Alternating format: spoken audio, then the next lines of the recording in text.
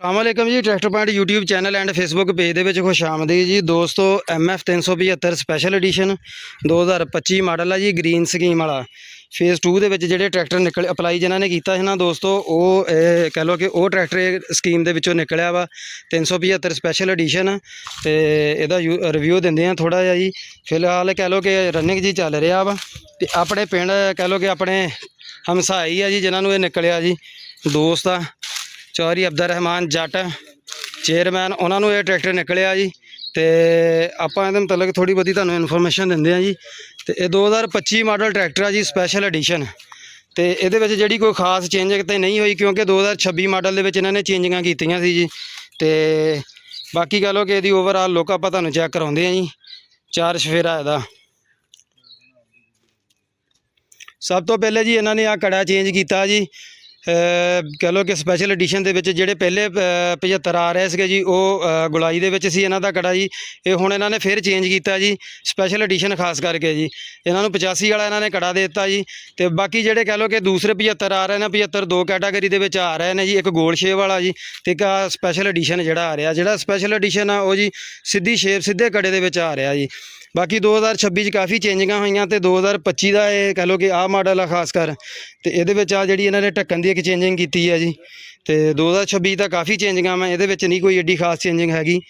ਬਾਕੀ ਕਹਿ ਲਓ ਜੀ ਦੋਸਤੋ, ਇਹਦੇ ਵਿੱਚ ਮੇਜਰ ਜਿਹੜੀ ਚੇਂਜਿੰਗ ਆ ਨਾ ਜੀ, ਇਹਨੂੰ 16/9/30 ਦੇ ਟਾਇਰ ਆਏ ਨੇ ਜੀ। ਤੇ ਇਹਨਾਂ ਦੀ ਪੈਂਥਰ ਦੇ ਆਏ ਨੇ ਜੀ, ਪੈਂਥਰ ਗੁੱਡੀ ਦੇ ਵਿੱਚ ਟਾਇਰ ਨੇ ਜੀ ਇਹ। ਤੇ ਬਾਕੀ ਇਹਦਾ ਕਹਿ ਲਓ ਕਿ ਟਾਇਰਾਂ ਦਾ ਪਿੱਛੋਂ ਤੁਹਾਨੂੰ ਸਾਈਜ਼ ਚੈੱਕ ਕਰਾਉਂਦੇ ਆ ਜੀ। ਇਹ ਕਹਿ ਲਓ ਕਿ 16/9/28 ਦੇ ਨਾਲੋਂ ਜੀ ਇਹਨਾਂ ਦੀ ਉਚਾਈ ਥੋੜ੍ਹੀ ਜਿਹੀ ਜ਼ਿਆਦਾ ਵਾ, ਅਪਲਾਈਆਂ ਵੱਧ ਵਾ ਜੀ। ਤੇ ਬਾਕੀ ਇਹਦੀਆਂ ਆਹ ਲੋਅਰ ਲਿੰਕਾਂ ਸੇਮ ਉਹੀ ਆ ਜੀ ਜਿਵੇਂ ਪਹਿਲੇ ਆ ਰਹੀਆਂ ਜੀ। ਹਰ ਚੀਜ਼ ਉਹੀ ਹੈ ਜੀ। ਫਿਲਹਾਲ ਕਹਿ ਲਓ ਕਿ ਇਹ ਕਿਸੇ ਵੀ ਇੰਪਲੀਮੈਂਟ 'ਤੇ ਇਹਨੂੰ ਹਜੇ ਯੂਜ਼ ਨਹੀਂ ਕੀਤਾ ਹੈਗਾ। ਤੇ ਇਸੇ ਤਰ੍ਹਾਂ ਹੀ ਆ। ਬਾਕੀ ਇਹਦਾ ਸਾਊਂਡ ਵੀ ਆਪਾਂ ਤੁਹਾਨੂੰ ਚੈੱਕ ਕਰਾਉਂਦੇ ਹਾਂ ਜੀ।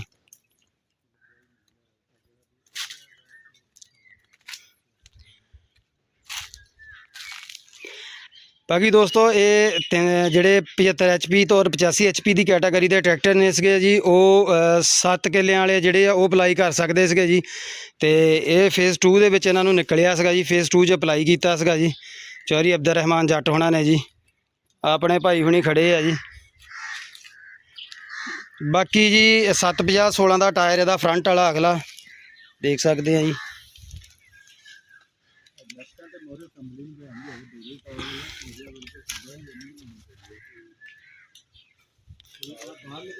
ਬਿਲਕੁਲ ਨਿਊ ਫਰੈਸ਼ ਕੰਡੀਸ਼ਨ ਜੀ।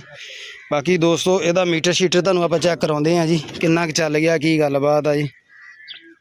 ਬਾਕੀ ਆ ਦੇਖ ਸਕਦੇ ਹੋ ਤੁਸੀਂ ਆਪ ਜੀ, ਗੇਜਾਂ ਵਗੈਰਾ ਵੀ।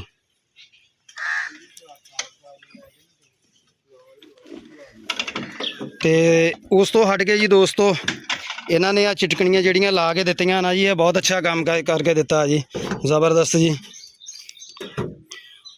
ਆ ਕਹਿ ਲਓ ਜੀ ਇਹਨਾਂ ਨੇ ਲਾ ਕੇ ਦਿੱਤੀਆਂ ਜੀ, ਜ਼ਬਰਦਸਤ। ਪਹਿਲੇ ਦੂਸਰੀਆਂ ਆ ਰਹੀਆਂ ਸੀ, ਫਿਰ ਇਹਨਾਂ ਨੇ ਜੀ 2025 'ਚ ਚੇਂਜ ਕੀਤੀਆਂ ਜੀ, ਆਹ ਲਾਤੀਆਂ ਜੀ।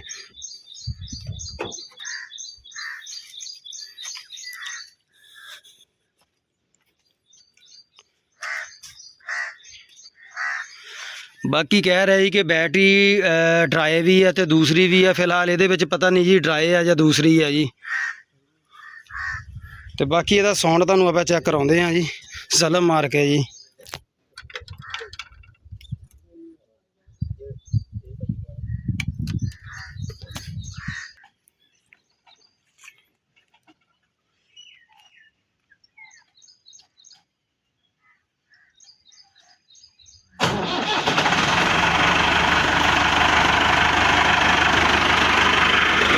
ਦੋਸਤੋ ਇੰਜਣ ਦਾ ਸਾਊਂਡ ਚੈੱਕ ਕਰੋ ਕਿੰਨਾ ਵਧੀਆ ਵਾ।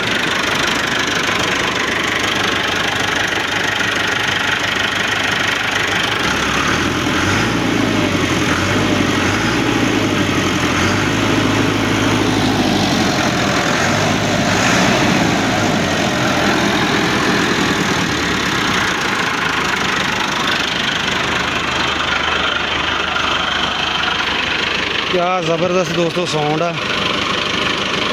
ਮਿਲਤ Tractor Limited Massey Ferguson 375 special edition ਦਾ। ਵੀਡੀਓ ਕਿੱਦਾਂ ਦੀ ਲੱਗੀ ਜੀ ਲਾਜ਼ਮੀ ਕਮੈਂਟ ਕਰਕੇ ਦੱਸਣਾ ਜੀ। ਬਹੁਤ ਸ਼ੁਕਰੀਆ। ਅੱਲਾ ਹਾਫਿਜ਼। Thank you for watching Tractor point.